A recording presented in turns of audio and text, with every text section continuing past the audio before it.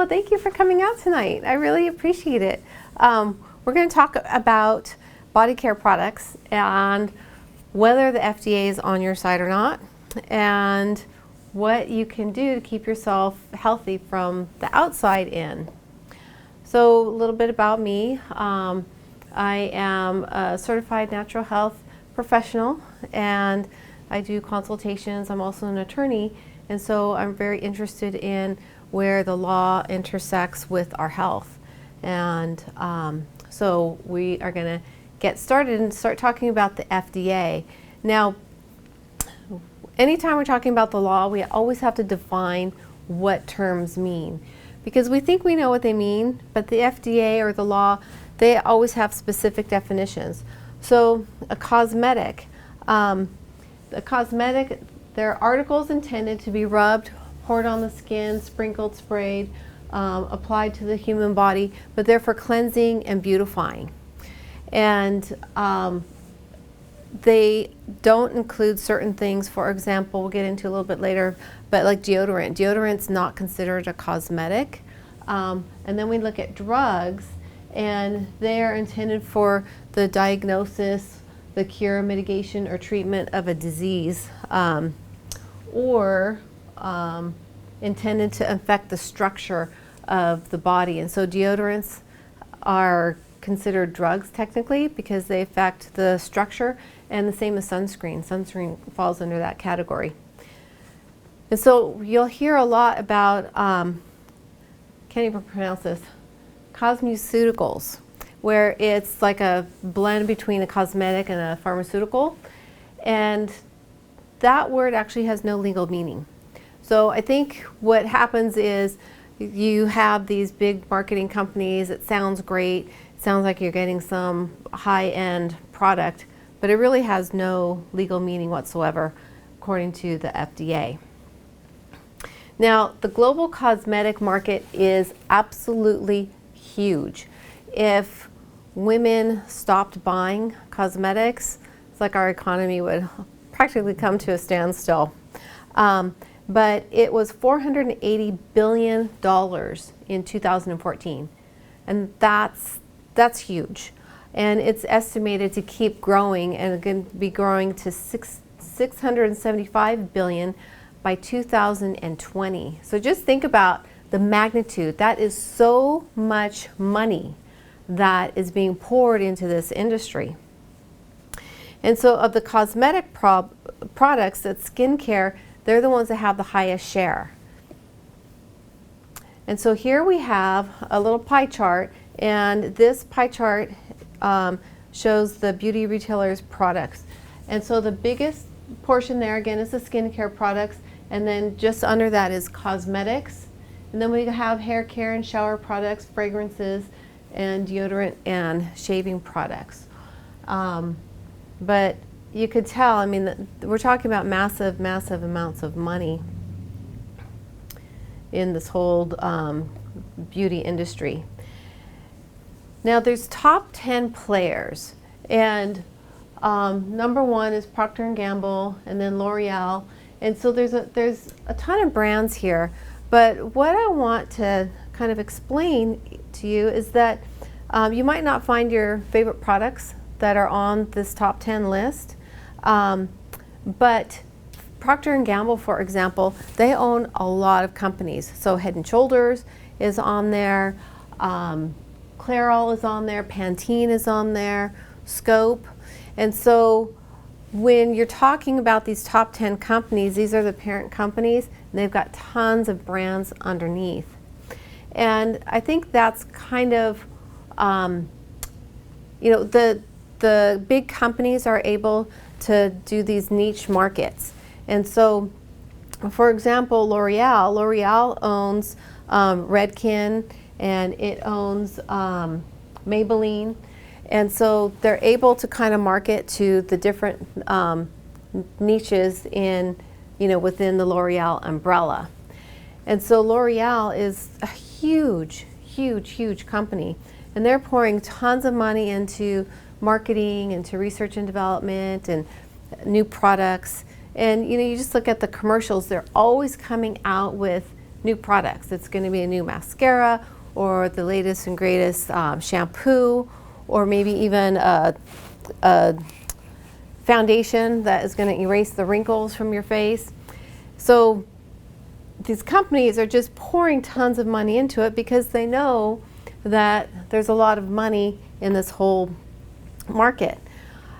But I think what kind of escapes a lot of people, they think if they apply something to their skin that is just topical and it doesn't get absorbed, but everything that you put onto your body is going to get absorbed into your skin.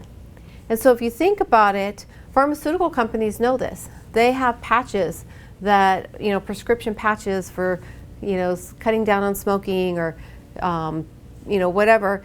And they know that this is a method of getting drugs into the body.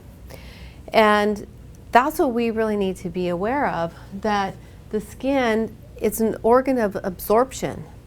And whatever you put on your skin is going to be absorbed into your bloodstream. And the thing too, like women put in on their bodies where just in the morning from taking a shower, putting the makeup on, putting lotion on, dozens and dozens of chemicals, if not hundreds of chemicals into their bodies. And men aren't far behind with their shaving cream and the things that men use on their skin. But what's really important to consider is how quickly these products get into your bloodstream. It takes about 26 seconds for a product to get from topically on your skin into your bloodstream. And most of these products that are on the market have chemicals such as propylene glycol. And propylene glycol is the same chemical that is used in antifreeze in your car. But the reason they use it is that it's a driver. And what it does is it drives the products in deeper to make it more effective. And so it's really important to start looking at what the label says and what you're consuming via your skin.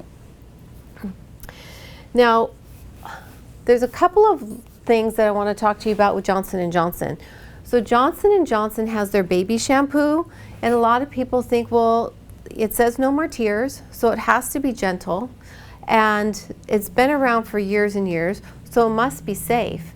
But in reality, there's a chemical in Johnson & Johnson that actually creates formaldehyde. And formaldehyde is a known carcinogen.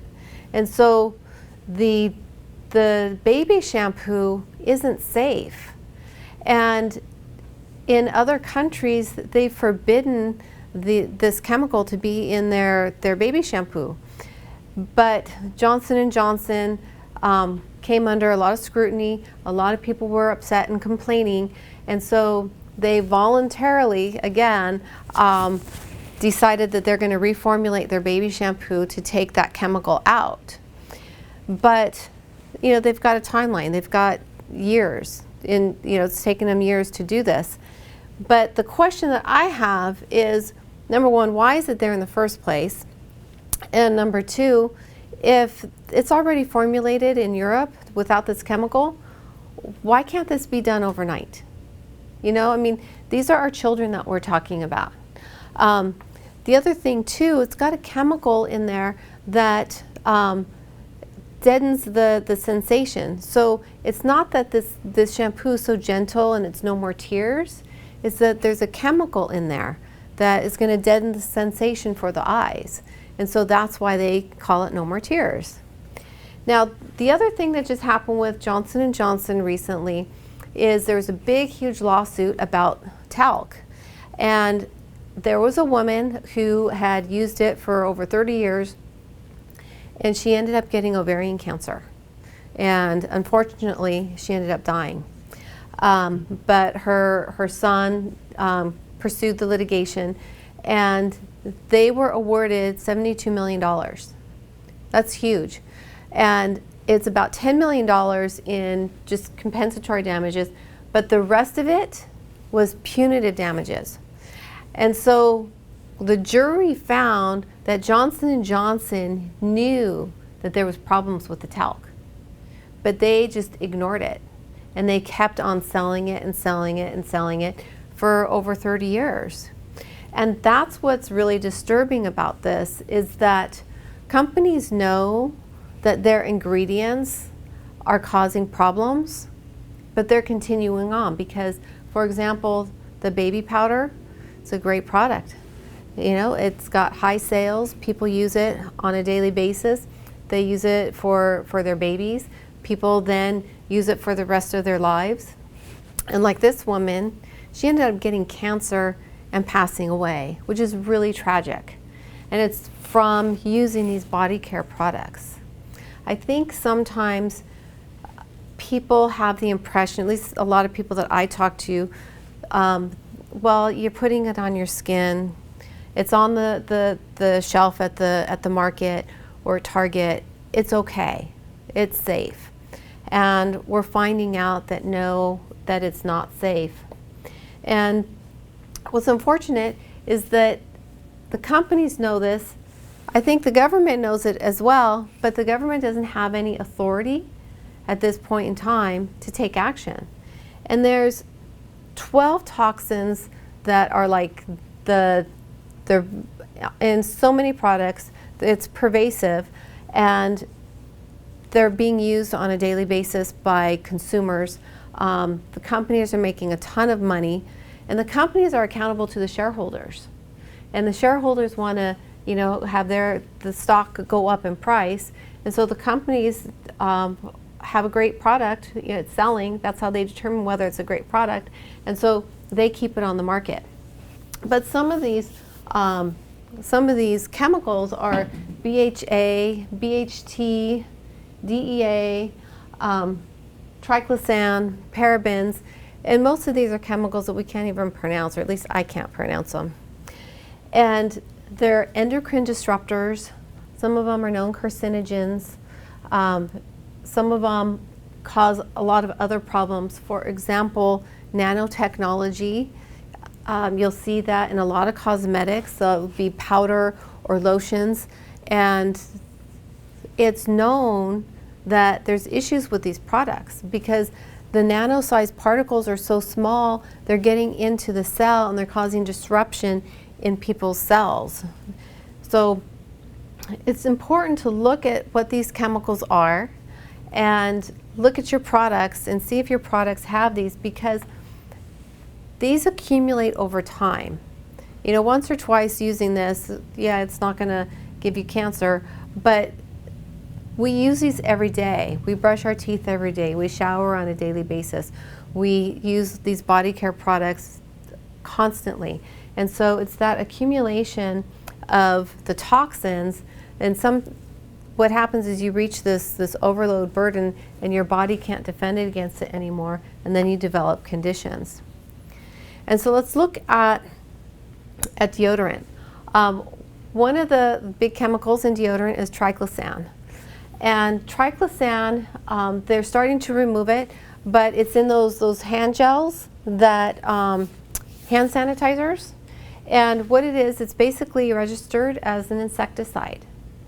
And it kills the bacteria on your skin. Well, our skin has thousands of different species of bacteria, and it's actually part of our immune system.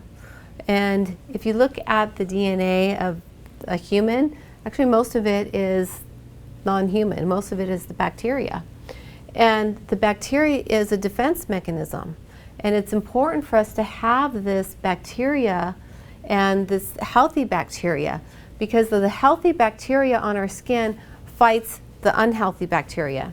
But when you put products like triclosan on, everything gets killed. And then you're at risk. The next item or chemical that's in most of deodorants is the parabens.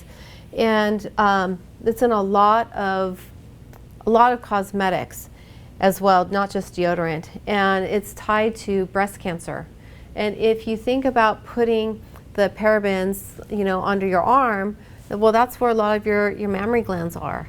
And what happens is it gets clogged in there, and it gets absorbed into the bloodstream, it gets absorbed into the glands, and then that's why people are more prone to getting breast cancer. What they've done is they've taken biopsies of breast cancer cells, and they've seen that in a very high percentage they have the parabens in there. And then the phthalates. And phthalates, these are chemicals that are in fragrances. And a lot of times you're not going to see, like phthalates is going to be listed on the ingredient list. But if you see something that says fragrance, you can be rest assured that it's going to have phthalates in there. And so this is linked to diabetes. It's also linked to obesity. And it's just important, again, I can't stress to you enough, to look at the ingredients that are on the label.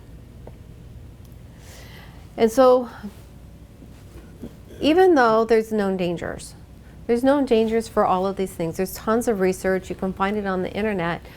The FDA doesn't have the power to regulate or to do anything with regard to cosmetics. And what the FDA does is they rely on this voluntary reporting system by the big companies. But we can see how well that worked out with Johnson & Johnson. You know, they didn't voluntarily report, oh, there's a problem with talc, we know about it, we're going to take it off the market. They ignored it, and they kept on, you know, making a ton of money selling this product that they knew there was links to ovarian cancer.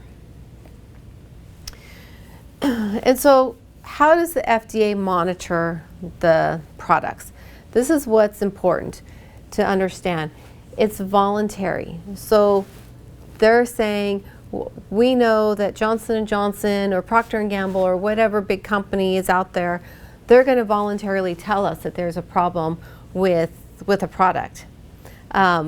Which of course it's not going to happen. If the company's making money and it's a profitable product, they're not going to pull it off of the market. There's too much money to be made.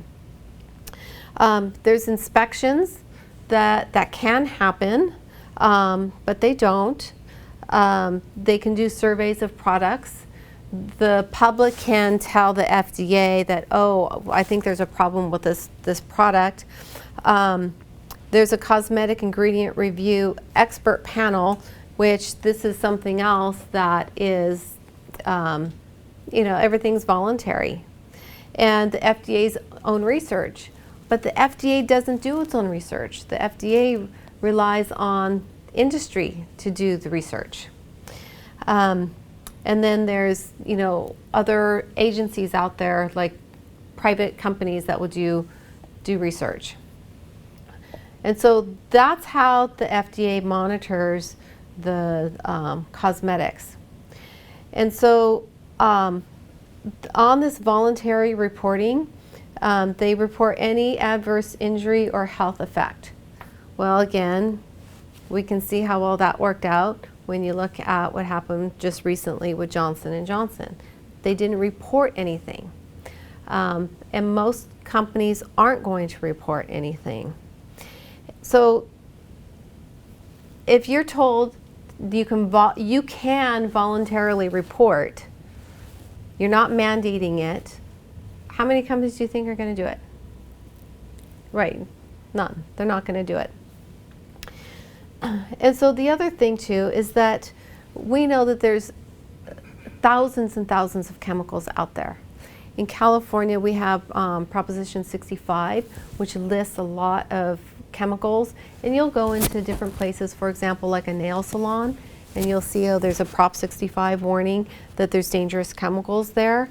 But that's, you know, hundreds of chemicals, and with this reporting program, there was 12,500 ingredients, and over 30 years, there's only 11 ingredients that were ever deemed unsafe.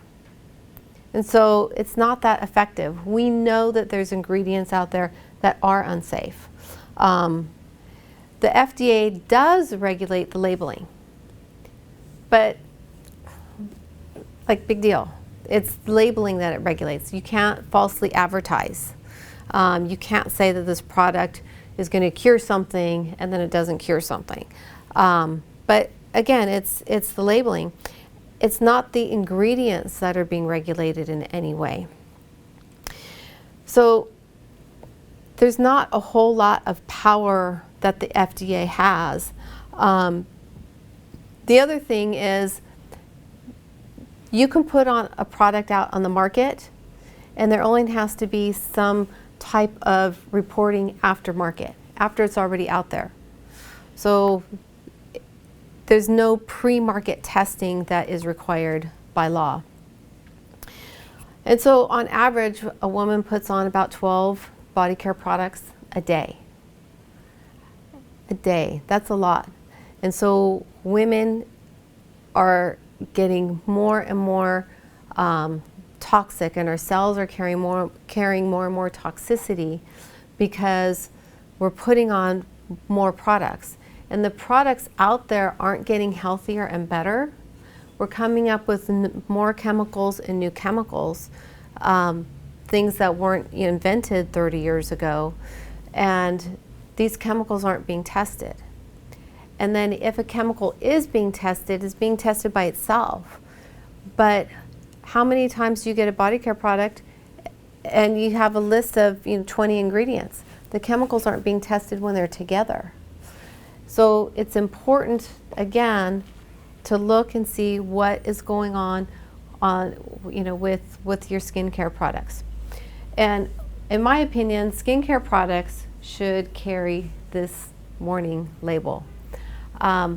What I find very disheartening is when you go to a store, department store, supermarket, and you see that pretty pink ribbon and the skincare line is acting like they care about women and cancer, in particular the pink labels, the breast cancer, and they're marketing like they care about women and their health, but they're putting toxic chemicals that are actually causing cancer into their products.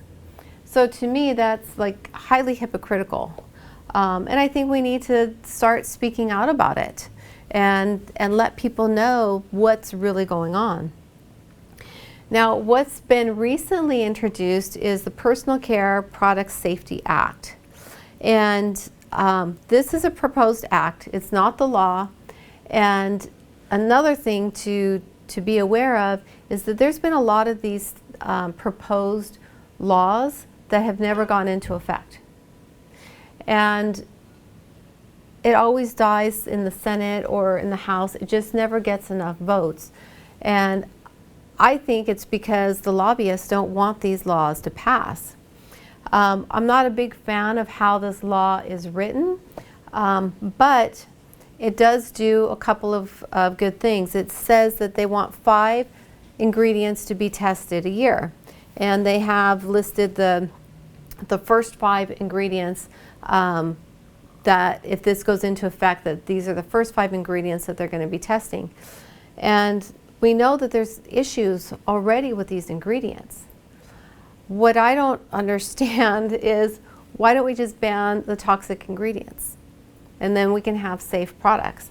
But no, we need to do some more research, and we need to determine whether lead acetate is okay. This is a neurotoxin, and it's found in a lot of men's hair dyes. There's the propylparabens, and that's a preservative, and it's also a hormone disruptor. I'm not that hopeful that this is going to actually be enacted. But like I said, over the years, different senators and congresspeople have started to enact or introduce bills so that they can get enacted, so that we can start protecting our women and our children and our men. We need to protect our health.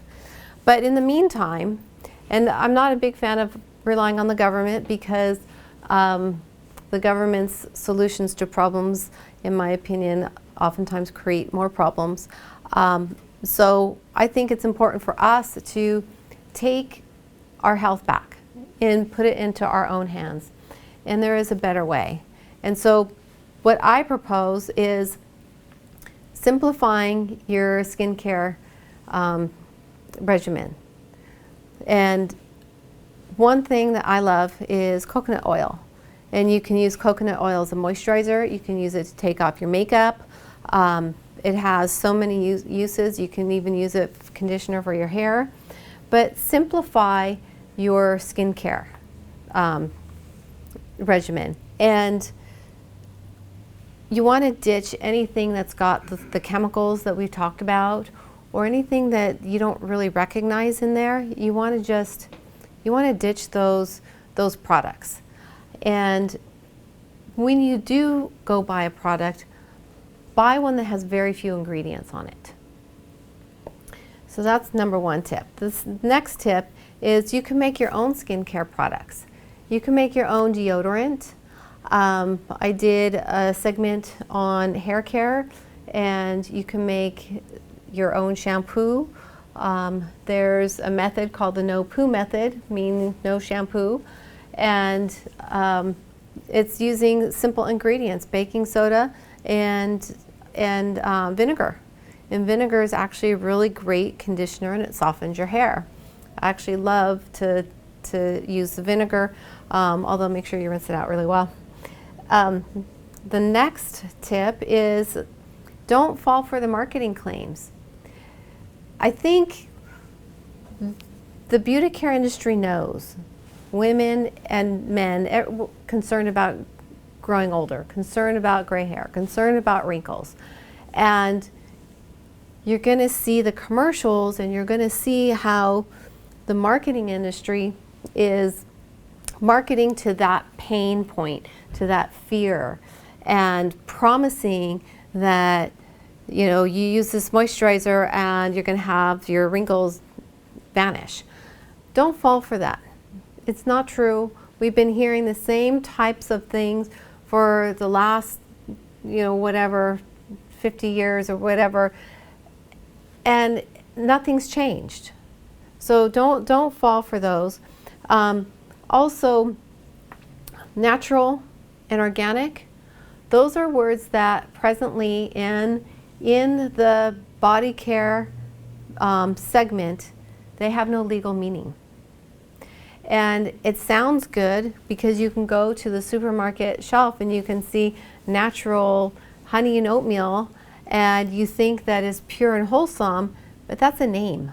That's all it is just a name. Look at the ingredients and don't fall for the marketing ploy.